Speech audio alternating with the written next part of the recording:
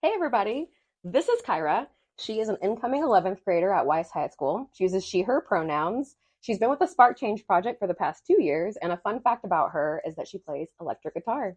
This is Amy. She's an executive director at Girls Empowerment Network. She's been here since 2010. She pronouns she, her, and a fun fact about her, she is an independent filmmaker.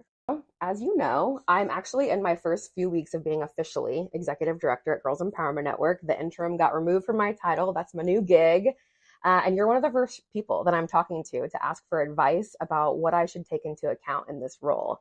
So, if you were in my shoes and you were executive director of Girls Empowerment Network, what are some of the things that you would be working on for girls in the state of Texas under the topic of gender justice, just anything related to what our mission does? Of course. Well, I love everything that they're doing right now. I was asking more of the things you guys do besides policy making because I know that's kind of the field I work in. And everything that I was thinking that Texas needs, you guys already do. Honestly, I would probably put maybe more funding or more attention into juvenile justice. Mhm. I know you guys have a program already going, so I would shed light on that and maybe get more involved into having different programs at schools.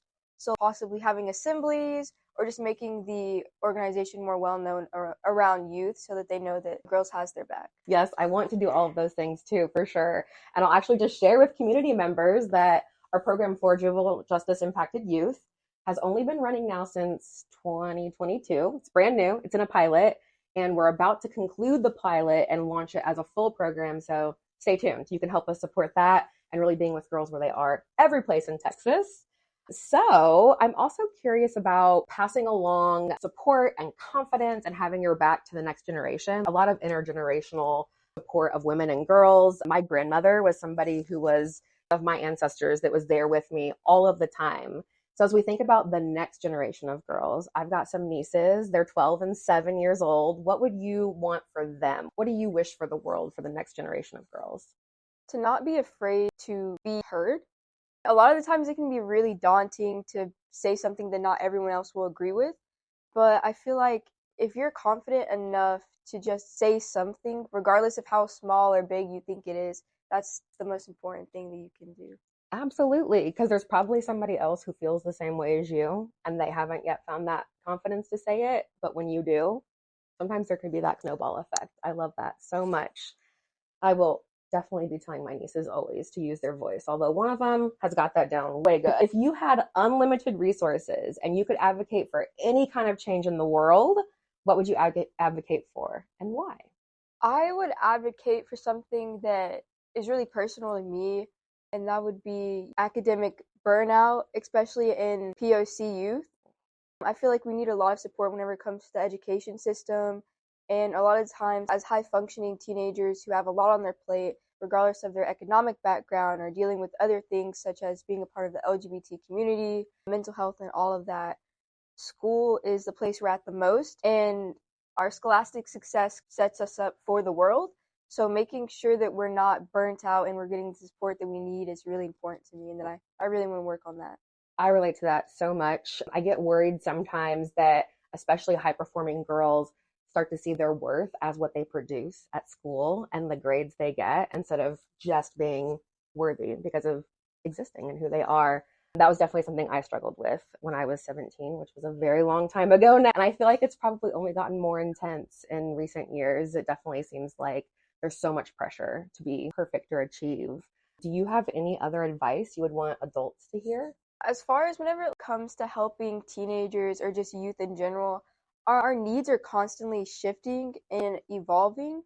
So rather than just help us in one area, or even if we need help with mental health, see what else there is involving that.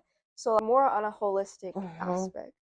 I'm hearing that adults really need to ask more questions to understand the Right. full situation and really listen to youth and girls instead of telling a lot of kind of external. And a lot of the times you ask us what's wrong, and it's more helpful for easier questions. How are you?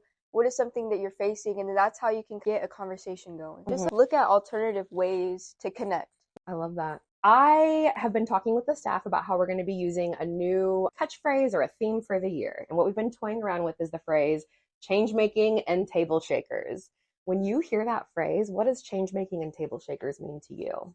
In my opinion, a change maker is someone who, despite not necessarily having their voice wanting to be heard, they do it anyways.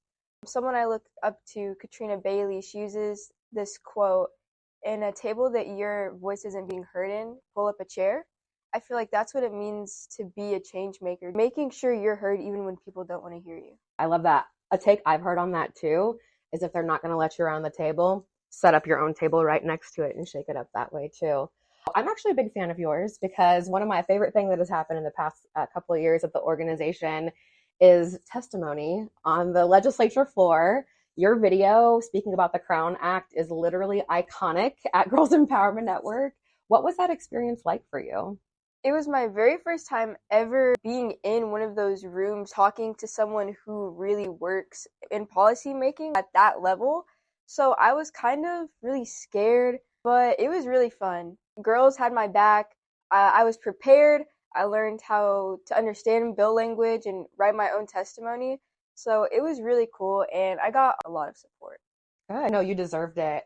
So I have actually been in girl services longer than you've been alive, and I've never spoken on the legislature floor like that. Do you imagine a future for yourself in that space? Is that the kind of thing you would like to do in the future? Tell me more about change making as a vision for you going forward. I definitely want to be in that legislation making. I think I would like to be a senator later in life after college. And Would that be in Texas? probably need it. We need Okay, I can't wait to vote for you. Literally, I cannot wait. Kyra. As you probably know, one of my big responsibilities is to make sure that our mission is funded and that we get a chance to do this work. And so we turn toward the community and we ask for their help all the time. Why do you think that somebody in the community, if they're considering making a donation to the Spark Change Project, should go ahead and do that? I feel like, first of all, myself and a lot of my old co-workers from the old cohorts of the Spark Change Project, we've done a lot of work after working with the Girls Empowerment Network. I've gotten so many opportunities to have my voice heard. I've been on panels. I've been invited to speak. I've worked with grassroots. I've talked to people. And I feel like I would have never really had those opportunities if it hadn't have been for the Spark Change Project, working with Girls Empowerment and making sure that I have a community of women, strong women, that will hear my voice and encourage it to be heard. That is beautiful. I look forward to listening to your voice, continuing to listen to it for years and years to come, and toward that moment when I'm voting for you on a ballot. Literally cannot wait. I have to give Kyra a huge shout out and thank you so much for talking with me. It was really important that I got a chance to sit down with somebody as brilliant as you, who's at the heart of our work. So thank you so much, Kyra, for all that you do. Thanks, everybody else. Thank you for having me.